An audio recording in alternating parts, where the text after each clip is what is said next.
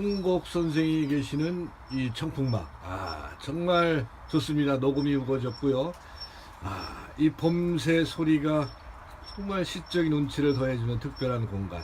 자, 공자토톡 노노스미는 점점 열기가 달아오르고 있습니다. 자, 우승 선생님, 결정적인 말씀을 하셨어요. 지난 편에. 네, 자, 이어가십시다. 네. 예, 이제 이게 얘기를 보면은 그 번지와 번지가 먼저 이게 기록한 거라는 것을 좀 추정해 볼 수 있고요. 네. 그다음에 번지와 공자의 친밀감 이것을 얘기할 수 있고요. 그런데 그러니까 공자의 번지에 대한 친밀감이 있고요. 그 다음에 또 하나 느낄 수 있는 게 맹선 무녀와 아대왈 무의 이렇게 얘기를 한 걸로 보아서는 그 얘기를 하고 싶은 얘기 있으면 맹의자한테 바로 하지. 맹의자가 혀를 묻었을 때 내가 무의라고 공자가 무의라고 했고 맹의자가 더 질문 안 하니까 공자가 너는 무의라는 뜻이 무슨 뜻인지 아냐 이렇게 물으면 저는 모르겠습니다 말씀해 주십시오 이러면은 그건 이런 뜻이다 이렇게 말했을 텐데 그 말 안 하고 그냥 뚝 잘라졌다는 거예요. 이건 뭐냐면 맹의자랑 공자는 사이가 별로 좋지 않았다는 거예요. 무슨 관계에 있었는지 그러네. 솔직하게 아내가 뭐 이렇게 질문하면 어쩌고저쩌고 좀 길게 얘기하는 그런 식이 안 나왔다는 거는 공자랑 맹의자가 약간 뭔가 껄끄럽거나 아니면 아주 친밀한 관계가 아니라는 거죠. 불편한 관계가 분명하다. 그렇죠. 네. 그 대조적으로 번지와 친밀하니까 번지한테 이제 해주는 거죠. 그런 관계, 삼각관계가 이렇게 좀 아니 이제 그런 게 있어요. 보면은 어디 가서는 할 말만 하고, 근데 헤어진 다음에 이제 자기 가까운 사람한테 이제 다 구구절절 얘기하고 맞아요. 가죠. 그런 거 같아요. 그 상황이네 그러면. 앞으로 구구절절 얘기해야 되겠네. 그 공자가 잘 쓰는 방법 중에 하나였어요. 그러니까 제 3자를 통해서 자기가 친밀한 3자를 통해서 전달하게 하는. 결국은 직접적인 질문을 안 하니까 대답을 안 해줬지만 결국은 가르침을 준 거죠. 맹의자한테. 이걸 통해서. 그러니까 무의라고 하니까 알아들은 거죠. 나를 내 잘못을 지적하는구나 선생님이. 근데 나는 내가 옳다고 생각하고 한 건데 라고 그 어떤 반감을 가지고 질문을 안 한 상태인데 거기서 대화가 끝나면 안 될 거라고 공자는 느꼈던 것 같아요. 그래서 번지에게 이제 능동적으로 주도적으로 야 이런 상황이 있었어? 라고 얘기를 하게 된 거죠. 그러니까 앞에 있는 장면이 딱 끝나는데 이걸 다시 한번 반복해서 얘기를 해줘요. 이런 상황이 있었어? 라고 이제 질문한 다음에 그 다음에 이제 구체적인 여러 맹의자가 물어봐야 될 말을 번지가 물어본 거네. 그렇죠. 그런 셈이 되는 것 같아요. 그러니까 공자도 좀 이렇게 좀 그런 면이 삐졌나봐. 네, 삐졌나봐요. 묻지 않으면 대답 안 하고. 돌려치기 아닌가요? 돌려치기. 결국은 이 번지를 통해서 그 얘기가 전달될 거 아니에요? 전달됐겠죠. 맹의자한테 전달이 되는 거죠. 그러니까 너는 예의가 없는 놈이다, 예가 없는 놈이다 이런 거네요. 결국은. 아버지 뜻을 따라야 되는데 맹의자 뜻을 따라야 된다. 공자는. 근데 그 포인트가 얘다 그런 얘기가. 그렇죠. 그러니까 맹의자의 아버지 맹희자가 가서 예를 배워라. 그래서 가서 예를 배우는데 그 중에서 핵심이 사실은 이거였겠죠. 효라는 거. 왜? 그 당시에 예학이 붕괴되고 효가 붕괴된 시기 아닙니까? 아버지가 아들을 죽이고 아들이 아버지를 쫓아내고 막 이런 시대. 요즘하고 비슷하네.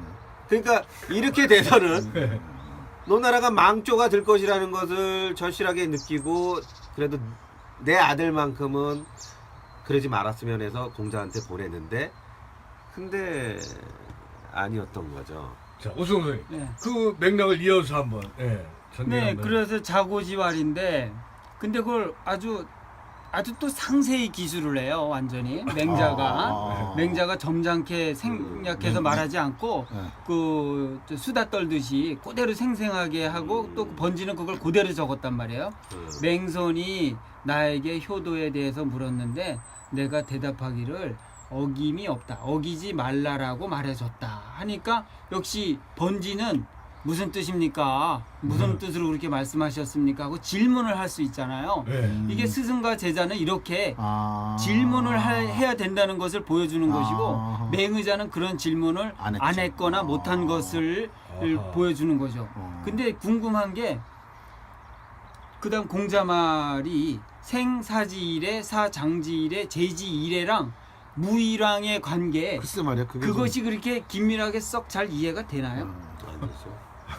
안 돼요. 어색하죠. 뭔가 편안한 네. 재미가 없어진 것 같아요. 네. 무의는 뭔가 상상을 자극하는데 네. 얘 그러니까 재미가 없어진 것 같아요. 그러니까 저도 참 이게 이 문답이 저도 이제 동의를 하는데요. 번지나 또는 번지의 제자들이 스승이 내가 이제 선생님 모시고 이런 일이 있었다라고 했을 때 이제 번지나 번지의 제자들이 그 전승을 기록한 걸로 보여집니다. 그리고 이렇게 생생하게 기록한 것도 이제 드문데 이렇게 보면 무슨 뜻입니까? 번지가 과연 이 뜻을 뭐 몰랐기 때문인지 아마 둘 다 몰랐을 가능성이 높습니다. 맹의자나 번지나 둘 다. 공자가 무의라고 했을 때 그 무의의 의미 네. 그것도 몰랐을 것 같고요. 효의 의미도 잘 몰랐던 것 같아요. 호까지요? 예. 어허. 그래서 제가 이제 뭐 그 순임금의 효, 뭐 여러 효를 얘기하지만 효의 개념이 중단된 시기가 있었다라고 저는 생각을 하는 거예요. 그러니까 주문왕 이래로 효라는 것이 그렇게 주 종족이나 이런 중국의 그 주요 문화 안에서 효가 그렇게 잘 지켜지지도 않았고 그 개념이 흐릿해졌었기 때문에 사실은 효와 예라는 이 개념들이 흐릿해지고 파괴된 시기에 잘 모르는 측면에서 물은 것들도 있다라는 겁니다. 시대적 배경 자체가 이런 개념에 대해서 일반 사람들이나 귀족들이나 예도 몰랐고 효도 몰랐다. 그럼 얘가 뭐예요? 얘가 뭐로 그 학술적으로 또 얘는 예라고 하셨잖아요. 얘는 예. 효라는 게 늙을 노자 밑에 아들 자자가 있다라고 예전에 뭐 그 파자식으로 배웠는데 실제로 그런 건가요? 그러니까 이게 참 여기 지금 오늘 핵심으로 지금 들어가고 있는데요. 결국은 질문이 효와 이제 예에 대한 이런 얘기인데 이게 그 각골문에 보면 그 노인이 수염이 나고 머리가 성긴 노인을 그렇죠. 옆에 아들이 부축하고 가는 것처럼 각골문이 나옵니다. 예. 원래 각골문의 효가 그렇게 각골문에 있습니까? 그게 있습니다. 아. 그러니까 부축하는 거죠. 노인을 공경하고 부축하면서 이제 길을 안내해 드리는 그런 모습입니다. 예. 그런- 오늘날의 개념하고 같은 거네 그러면 효가. 예. 좀 비슷한데 이게 효라는 것이 단순히 그냥 어떤 그 인간적으로 경험이 많고 원숙한 그분에 대한 어떤 존경 이런 표현 넘어 뭔가 있지 않을까. 예. 선생님 제가 완전히 저 식으로 황당하게 해석하는 효가 있는데 얘기해도 될까요? 네. 그 뭐냐면 인간이 제가 볼 때는 왜 인간만 효가 있잖아요. 동물들은 없잖아요. 저는 그게 힘든 육아 때문에 생겼다고 봐요. 너무 인간이 뱃속에 오래 있고 이놈이 독립할 때까지 너무 시간이 많이 걸려. 그리고 또 애는요, 제가 볼 때는 부모의 기운을 갉아먹는 존재예요. 부모는 왕성하게 일을 해야 되는데 이 새끼가 뱃속에 10개월이나 있고 독립하려면 오래 걸리니까 부모를 발목을 잡고 있는 존재에서 부처가 애를 아울란가 뭐 장애자다 이랬잖아요. 그러면 결국 뭐냐면 얘를 부모가 키우면 안 되는 거야. 할아버지 할머니가 키워야 돼. 그 할아버지 할머니한테 키우게 하려고 효를 하는 거야. 내 자식을 키워주셔. 그러면 뭐 뭔가 이렇게 앵벌이를 하든 인센티브를 줘야 되잖아요. 내 자식 키워달라고. 일리 있네요. 나는 그게 효 아닌가? 내 자식 키워달라고. 그게 이제 제식 그냥 황당 뻥식 해석입니다. 아니 그 뻥식 해석이 상당히 일리가 있으신데요. 그러면 엄마 아빠는 아기를 낳아요. 그렇죠. 그리고 낳은 거를 자기 부모한테 할머니, 맡기는 거죠. 부모한테 맡기는 거죠. 그래서 그 그림 같아요. 늙은이한테 애를 맡기는 그림 같아요. 야 이거 그죠? 충격인데요. 네, 아니 충격인데. 그거를 이제 그 맹자식으로 해석을 하면 어떻게 되냐면요. 네.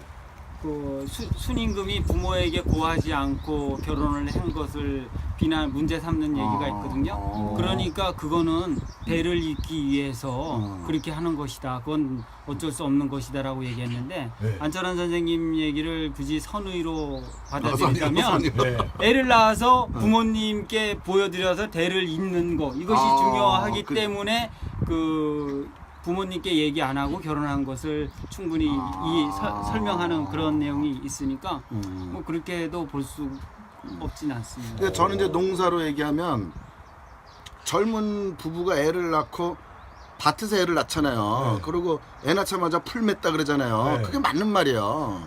풀 매기 바빠 죽겠는데 언제 애를 봐요? 애는 뒷방 늙은이가 봐야 되는 거지. 아하. 엄마 아버지는 풀 매봐. 아하. 그러니까 효자가 그렇지. 그렇게 딱 맞네. 그런 문화가 있었을 수도 있어요. 내가 아. 왜 그런 생각을 이제 말씀 들으면서 생각하는 게 아이들을 갖다가 이렇게 그 물 건너에다가 맡겨서 교육을 시키는데 그 교육 과목 자체가 어떤 농업이나 이런 뭐 사냥이나 이런 경험이 풍부한 노인분들한테 맡겼다. 장로분들한테 맡겼다는 거죠. 그래서 그러니까 7세나 8세 되면 수학을 받으러 들어갈 때 그 장로분들이 기르게 되거든요. 그래서 전통이 이어지는 건데 그것이 하나의 노인 복지가 됐을 수 있겠다. 응? 아이를 돌보는 것이 뭐 피곤하고 힘든 것도 되지만 그렇죠. 사실은 즐거움이 되기도 하고 노인한테는 즐거움이 되죠. 네, 즐거움이 되는 부분이 있겠구나.